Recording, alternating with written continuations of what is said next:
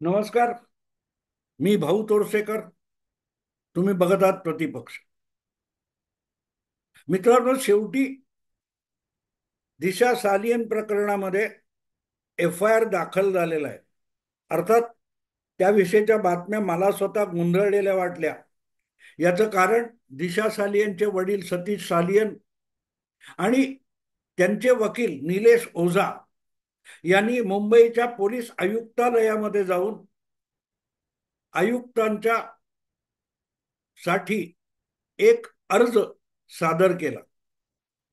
Supreme कोर्टाच्या आदेशानुसार किंवा निकालानुसार अशा प्रकारे मुख्यमंत्री पोलीस आयुक्तांकडे जो अर्ज सादर केला जातो तो ऑटोमॅटिकच एफ-आय-आर असतो आणि त्यामुळे हा एफ-आय-आर महत्वाचा आहे.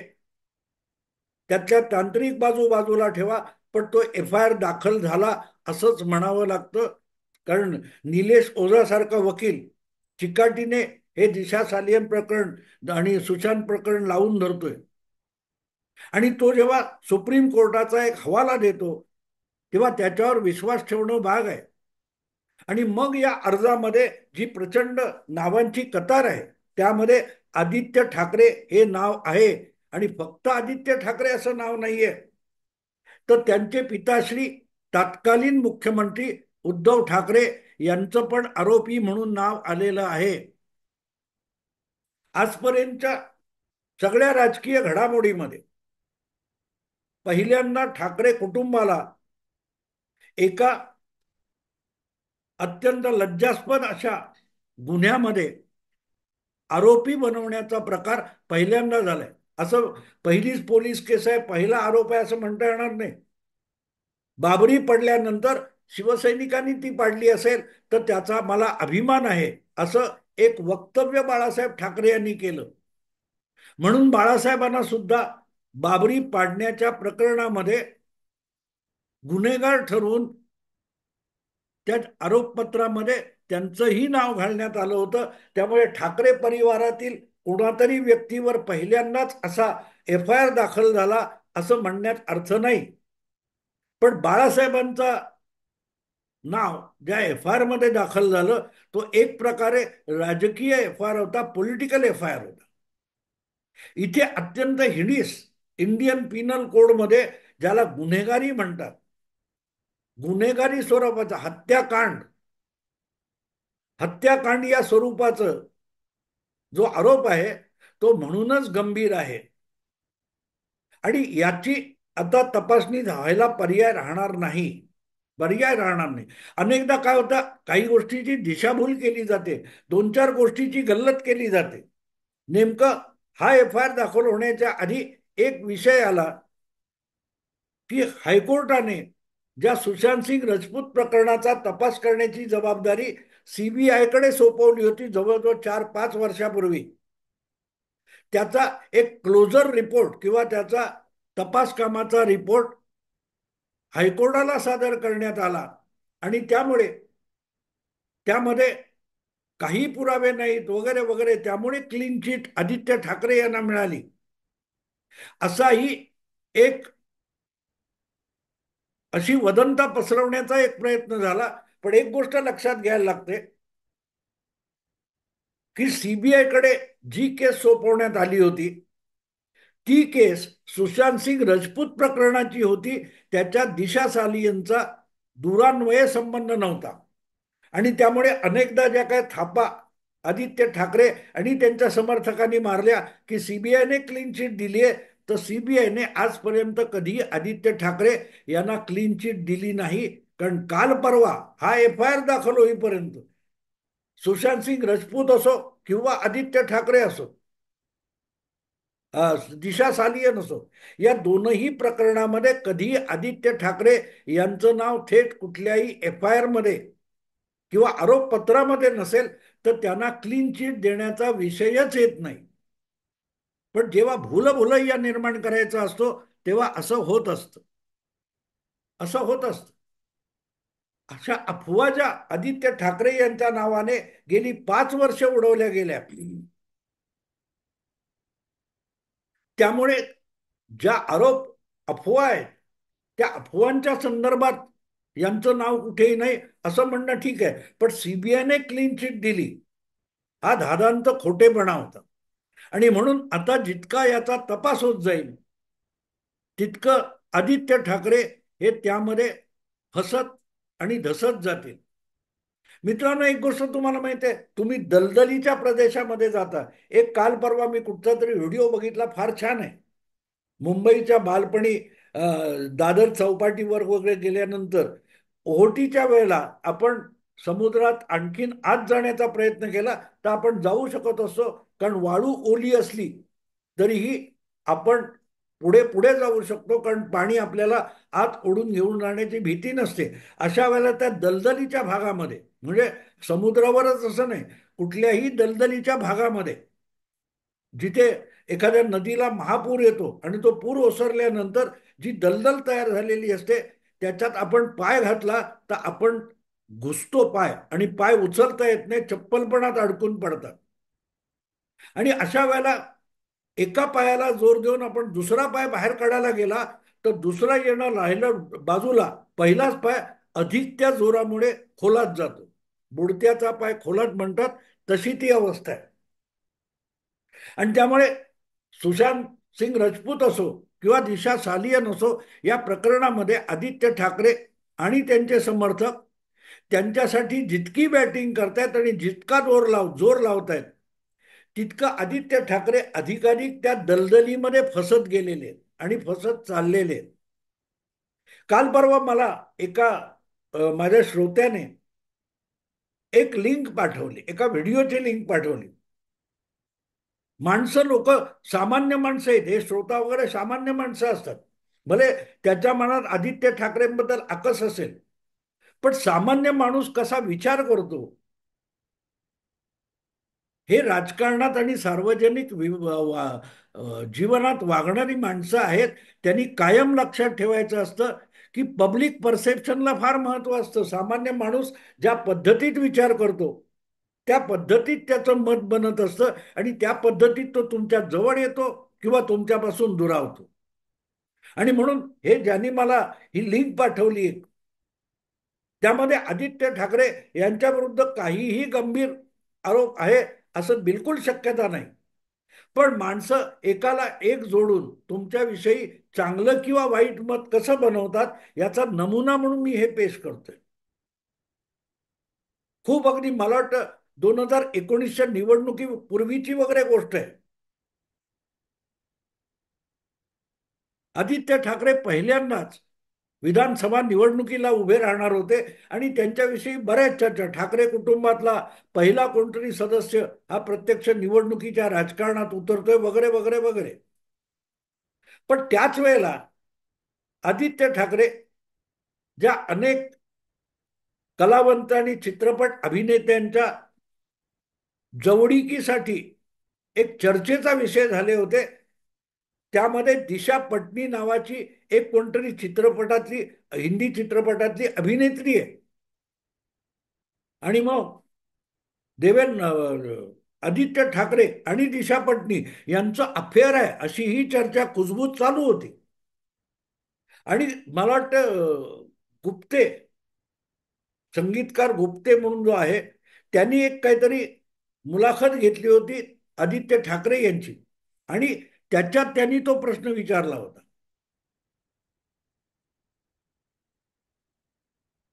की पत्नी, दिशा पत्नी हा विषय काय आहे.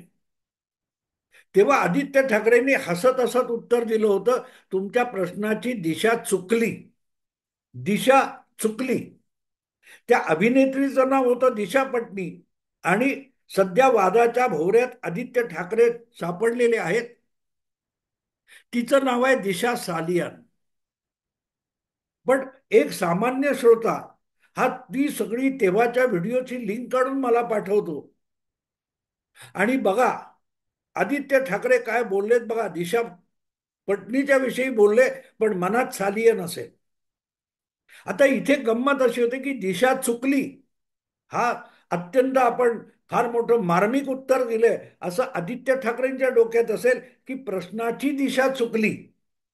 म्हणजे प्रश्नाचा रोख चुकला असं काही नाहीये हे सांगितलं असतं तरी भागलं असतं.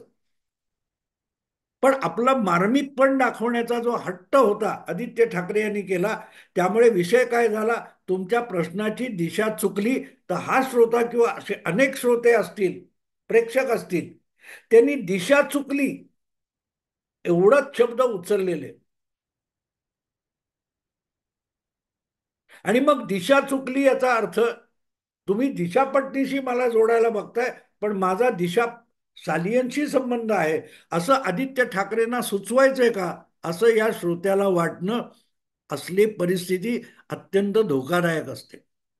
सार्वजनिक जीवनात आणि निवडणुकीच्या रिंगणात आखाड्यात उतरणाऱ्यांनी अशा गोष्टींची बारीक बारीक काळजी घ्यायची असते. नुसत्या लोकांच्या टाळ्या मिळाल्या पाहिजेत किंवा मीडियाचं अटेन्शन मिळालं पाहिजे, लक्ष आपल्याकडे वेधलं गेलं पाहिजे आणि आपल्याला मीडियामध्ये चमकता आलं पाहिजे, यासाठी बेताल विधानं करून माणूस स्वतःची कबर खोदत असतो. आदित्य ठाकरेंच्या बाबतीत नेमकी हीच गोष्ट झालेली आहे. हीच गोष्ट झालेली आहे. मी यापूर्वी सांगितलं. आता ते निलेश ओझा यांनी जे एफ आय आर साठी पोलीस आयुक्तांकडे धाव घेतली, सतीश सालियन आणि निलेश ओझा यांनी देखील एक गोष्ट सांगितली की अशी उत्तरं देणं हेच आदित्य ठाकरेंना गोत्यात कसं आणतं. ज्यावेळेला दिशा सालियनचा विषय आणि त्यात आदित्य ठाकरेंचं नाव गोवण्याचा प्रयत्न झाला, त्याच्या अफवा उठल्या, तेव्हा आदित्य ठाकरेंनी पत्रकारांना सांगितलंय का एबीपी माझा वगैरे कुठच्या तरी चॅनेलच्या तो काय ते क्लिप निलेश ओझा दाखवतात आणि सांगतात की आदित्य ठाकरे दिशा सालियन प्रकरणात किती धादांत खोटं बोलतो, त्यांनी खोटं बोलायची गरज काय होती. ज्या वेळेला दिशा सालियनचा संशयास्पद मृत्यू झाला, त्यावेळेला आपण तिथे असूच शकत नाही, कारण त्यावेळेला आपले आजोबा म्हणजे आईचे वडील अत्यवस्थ होते आणि त्यामुळे आपण तिकडे लांब डोंबिवली कल्याणला कुठेतरी होतो आणि दिशा सालियनचा संशयास्पद मृत्यू हा मालाड मालवणीला झालेला आहे. त्यामुळे तिथे जवळपास सुद्धा आपण कुठे नव्हतो, तर चांगला 40-50 किलोमीटर लांब होतो. असं आदित्य ठाकरे कुठच्या कुठच्या चॅनेलला दिलेल्या मुलाखतीत सांगतात. ती क्लिप निलेश ओझा दाखवतात. प्रश्न असा येतो की आदित्य ठाकरे यांचं नाव गोवलं जात असताना तारखांचा घोळ जाहीरपणे आदित्य ठाकरे का करतात. त्यांना खोटं बोलायची गरज काय होती. मी नव्हतो, विषय संपला. आपल्या आजोबाच्या अंतिम क्षणाशी दिशा सालियनचा विषय जोडण्याचा आगाऊपणा आदित्य ठाकरेंना करायची गरज नव्हती, पण त्यांनी तो केला. त्यांनी तो केला. आणि जसं दिशा सालियन किंवा दिशा चुकली असं मोठं मार्मिक वाक्य द्यायला गेले आदित्य ठाकरे, तिथे लोकांच्या मनात दिशा हा शब्द कसा बसतो ते मी सांगितलं. तसंच इथे लक्षात घेता येईल की आपण खोटं का उत्तर दिलं. दिशा सालियन काहीतरी मला वाटते 8 तारीखला तिचा मृत्यू झालेला आहे किंवा 6 तारीखला, आणि 14 तारीखला आदित्यचे आजोबा वगैरे यांचा मृत्यू झालेला असेल, तर हे धादांत खोटं बोलण्याची गरज काय होती. गरज काय होती.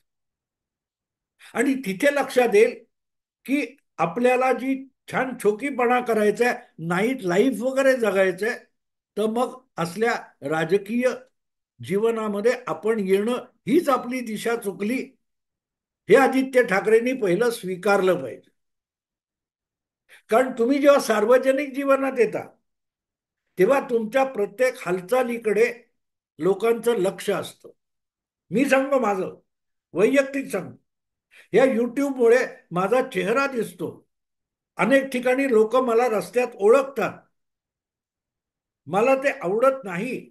मी आपल्या घरी राहणारा, बातम्या वाचणारा, त्यावर माझं विश्लेषण सांगणारा एक सामान्य पत्रकार आहे, निवृत्त पत्रकार आहे. मी सेलिब्रिटी नाहीये. हा, एखादा व्याख्यान वगैरे असेल तेवढ्यापुरतं आपलं महत्व असावं, त्या पलीकडे मी सामान्य माणूस म्हणून जगायचा प्रयत्न करतो. पण जेव्हा लोक आपल्याला ओळखतात, कुठे वडापाव खाताना, कुठल्या हॉटेलमध्ये बसलेला असताना, कुठे प्रवास करताना, ते मला खरंच आवडत नाही मित्र. पण सांगण्याचा हेतू असा की माझ्यासारखा एक सामान्य युट्यूबर लोकांच्या नजरेत एकदा भरला की माझ्या प्रत्येक हालचालीवर जर त्यांची नजर असेल, लोकांची, जनतेची, तर मग जे सार्वजनिक जीवनामध्ये समाजाचं नेतृत्व करायला पुढे सरसावतात, त्यांच्यावर तर सातत्याने बारीक नजर असणार. सातत्याने जातील तिथे त्यांची प्रत्येक कृती ही सामाजिक झाडाझडतीची, सार्वजनिक झाडाझडतीचं कारण होऊन जातं. आणि म्हणून आपण काय बोलतोय, आपण काय करतोय याचं भान प्रत्येक नेत्याला असलं पाहिजे, सार्वजनिक जीवनातल्या व्यक्तीला असलं पाहिजे. ते भान सुटलं की एकाच क्षमतेचे लोक कसे दोन टोकाला जातात याचं उदाहरण म्हणून तुम्ही सचिन तेंडुलकर आणि विनोद कांबळीकडे बघू शकता. दोघेही रमाकांत आचरेकरांचे विद्यार्थी क्रिकेटमधले. दोघांनी आचरेकरांकडून प्रशिक्षण घेतलं, दोघे एका शाळेत होते, दोघे एका वेळेला क्रिकेट खेळले, दोघे एकासारखे, एक मित्र, आणि दोघांची क्षमता सारखी. पण आपल्या मर्यादा ओळखून आणि आपल्यावर असलेली लोकांची नजर ओळखून सचिन तेंडुलकर एका लक्ष्मण रेषेला मान्य करून जगला, तर तो भारतरत्न झाला. आणि त्याच्या बरोबरीचा विनोद कांबळी देशोधडीला लागला. क्षमता दोघांची सारखी आहे, पण आपण कुठल्या क्षेत्रात आहोत याचं भान आणि आपल्यावर लोकांची बारीक नजर आहे याचं भान विनोद कांबळीला ठेवता आलं नाही, तर त्याची अवस्था काय झाली बघा. आणि दुसरीकडे आदित्य ठाकरे ज्या सार्वजनिक जीवनात आलेत त्याच्या मर्यादा त्यांना कधीही ओळखता आल्या नाहीत, म्हणून त्यांनी आपला चुकीचा गोतावळा निर्माण केला आणि ते आता त्या गोतावळ्यातून गाळात गेलेले. आदित्य ठाकरे यांची दिशा चुकली. तो गुप्ते नावाचा संगीतकार, कोण आहे गायक, त्याच्या प्रश्नाला उत्तर देताना मार्मिक उत्तर द्यायला गेलेले आदित्य ठाकरे यांनी दिशा चुकली, तुमच्या प्रश्नाची दिशा चुकली असं म्हणताना आपली पण दिशा चुकली आहे याचं भान ठेवायला पाहिजे. विषय दिशा पटनी दिशा सालियन पुरता नव्हता. आपण ज्या सार्वजनिक जीवनात आहोत आणि आलोय, पुढे जाऊ इच्छितो, तर हे क्षेत्र आपलं आहे का याची आधी आदित्य ठाकरेंनी चाचपणी करायला पाहिजे होती. आई वडिलांचा लाडका पुत्र, आजोबांचा लाडका नातू, एवढी क्षमता किंवा एवढी गोष्ट सार्वजनिक जीवनात उतरायला आणि टिकायला पुरेशी नसते, पुरेशी नसते.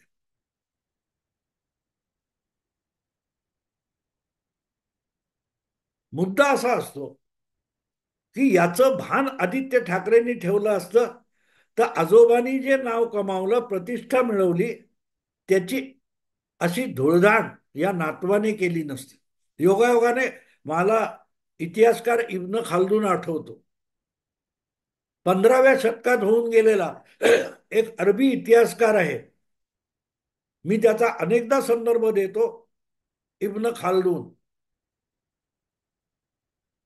मुकदिमा नावाचं पुस्तक त्याने त्या काळात जवळजवळ 5 दशकांपूर्वी लिहिलेलं आहे, 500 वर्षापूर्वी. आणि त्यामध्ये राजे रजवाडे, सामाजिक राजकीय नेतृत्व करणारे, साम्राज्य उभं करणारे, यांचं साम्राज्य लयाला त्यांचाच वारस घालवतो, हा इब्न खालदूनचा सिद्धांत आहे. नातू किंवा पणतू तिसऱ्या पिढीमध्ये एखाद्या साम्राज्याचा लय होतो, अस्त होतो, आणि त्याला सर्वाधिक जबाबदार हा तिसऱ्या पिढीतला नातू असतो किंवा चौथ्या पिढीतला पणतू असतो, असा त्या इब्न खालदूनचा सिद्धांत आहे. बाळासाहेबांनी अनेकांच्या जीवनामध्ये, करोडो लोकांच्या जगण्यामध्ये स्वतःचं असं एक दैविक स्थान निर्माण केलं, आपलं एक महात्म्य निर्माण केलं. हे मी का सांगतोय मित्रांनो, मी अनेक लोक भेटलेली मला आठवतात, पण अगदी अलीकडचं म्हणजे वर्षभरापूर्वी, 1.25 वर्षापूर्वी मी अयोध्येला प्राणप्रतिष्ठेच्या कार्यक्रमाला गेलो असताना तिथल्या एका केमिस्टशी बोलताना, जो आयुष्यात कधीही मुंबईला आलेला नाही, त्याच्या मनामध्ये बाळासाहेबांविषयी असलेला अतीव आदर आणि त्या आदरापोटी आदित्य ठाकरे आणि उद्धव ठाकरे यांना त्या केमिस्ट अग्रवाल नावाच्या माणसाने घातलेल्या शिव्या फार महत्वाच्या, की बाळासाहेब काय करून गेले आणि हा मुलगा आणि नातू काय करतायत असा प्रश्न त्याने मला विचारला, कारण मी मुंबईचा होतो. आदित्य ठाकरेंना जेवढं भान नाही आपण आपला आजोबा म्हणजे काय होता, त्याला एवढं महात्म्य का प्राप्त झालं, जो अहंकार, जो उर्मटपणा काही प्रसंगी बाळासाहेबांनी दाखवलाय, तो त्यांनी अधिकार मिळवलेला होता, वडिलार्जित नव्हता. प्रबोधनकारांचा मुलगा म्हणून बाळासाहेब जगले नाहीत. त्यांनी स्वतःची एक मोठी ओळख निर्माण केली. ती जी ओळख त्यांनी निर्माण केली होती, ती उद्धव ठाकरे आणि आदित्य ठाकरे यांनी मातीमोल करून टाकली आणि त्याला दिशा चुकणं म्हणतात. फोटोग्राफी हा आवडता विषय होता उद्धव ठाकरेंचा, आणि आदित्य ठाकरेंना नाईट लाईफ मध्ये इंटरेस्ट होता, आणि त्यामुळे सार्वजनिक जीवनात येणं, घटनात्मक पदावर जाऊन बसणं, याला दिशा चुकणं म्हणतात. गुप्ते कोण, त्या गुप्तेची प्रश्न चुकला किंवा प्रश्नाची दिशा चुकली असं म्हणताना, आदित्य ठाकरे आपण आयुष्यात चुकीची दिशा निवडली आणि आपली दिशा चुकली हे कधी ओळखू शकले नाहीत. म्हणूनच आजोबाची आजोबाने संपादन केलेली प्रतिष्ठा मातीमोल करून गेले.